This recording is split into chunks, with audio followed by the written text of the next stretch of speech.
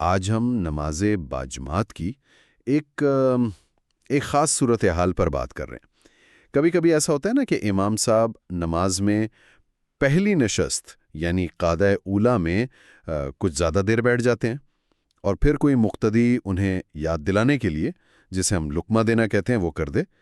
تو سوال یہ ہے کہ بھائی کیا یہ ٹھیک ہے؟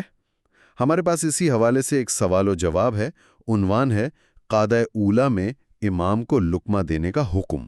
تو آج کوشش کرتے ہیں کہ اس مسئلے کو ذرا سمجھیں، اس کی تفصیل میں جائیں کہ شریعت کیا کہتی ہے۔ تو ہوا یہ کہ سوال کے مطابق امام صاحب قادہ اولیٰ میں کافی دیر بیٹھے رہے، تو پیچھے جو نماز پڑھ رہے تھے ان میں سے ایک صاحب نے لقمہ دے دیا۔ اچھا، امام صاحب نے وہ لقمہ لے بھی لیا، لیکن نماز کے بعد کسی نے کہا کہ بھئی جس نے لقمہ دیا تھا اس کی تو نماز ہی نہیں ہوئی۔ تو اب یہ تھوڑی کنفیوژن ہو گئی، اصل بات کیا ہے؟ جی دیکھیں، یہ دلچسپ صورتحال ہے۔ عام اصول تو یہ ہے کہ مقتدی فوراً لقمہ نہ دے، جلدی کرنا مکروہ ہے، شریعت اس کو پسند نہیں کرتی۔ اسی طرح امام کے لیے بھی یہ ہے کہ وہ غلطی کر کے مقتدی کے لقمے کا انتظار کریں، یہ بھی مکروہ ہے۔ لقمہ تو بس تبھی دینا چاہیے جب کوئی شدید ضرورت ہو یا امام خود اٹک جائیں بالکل۔ اچھا، تو مکروہ ہے، ناپسندیدہ ہے، لیکن نماز ٹوٹتی نہیں اس سے؟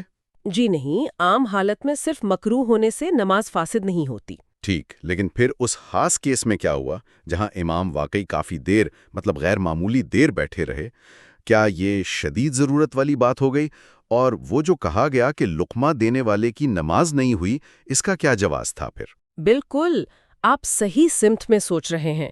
جواب یہی کہتا ہے کہ جب امام اتنی غیر معمولی دیر تک بیٹھے رہے نا، تو لقمہ دینے والے نے غالباً اغلب گمان یہی کیا کہ امام صاحب بھول گئے ہیں، شاید وہ سمجھ رہے ہیں کہ یہ آخری قادہ ہے۔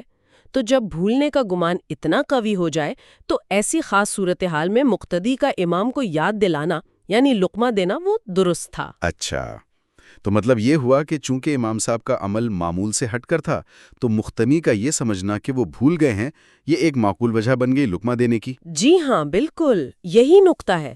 اور اس سے بھی اہم بات یہ ہے کہ امام صاحب نے جو وہ لقمہ قبول کیا نا، وہ بھی بالکل درست تھا۔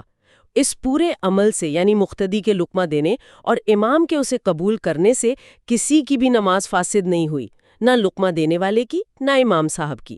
فاسد باطل ہو جانا، ضائع ہو جانا، یہاں ایسا کچھ نہیں ہوا۔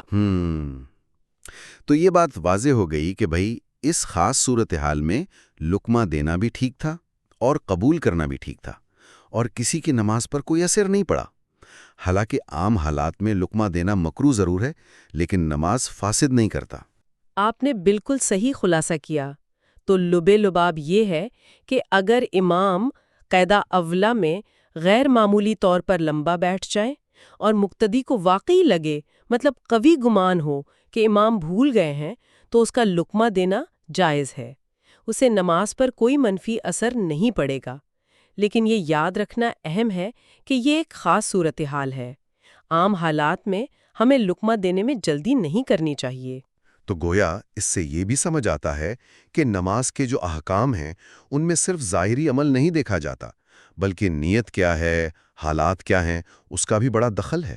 یقیناً یہ واقعہ تو نماز جیسی اجتماعی عبادت میں سیاق و سباق اور نیت کی اہمیت کو بہت ہی اچھے طریقے سے واضح کرتا ہے۔ یہ ہمیں سوچنے پر بھی مجبور کرتا ہے کہ جب ایسے غیر معمولی حالات ہوں تو امام کی پیروی اور نماز کی درستگی کو یقینی بنانے میں وہ توازن کیسے رکھا جائے۔ صحیح۔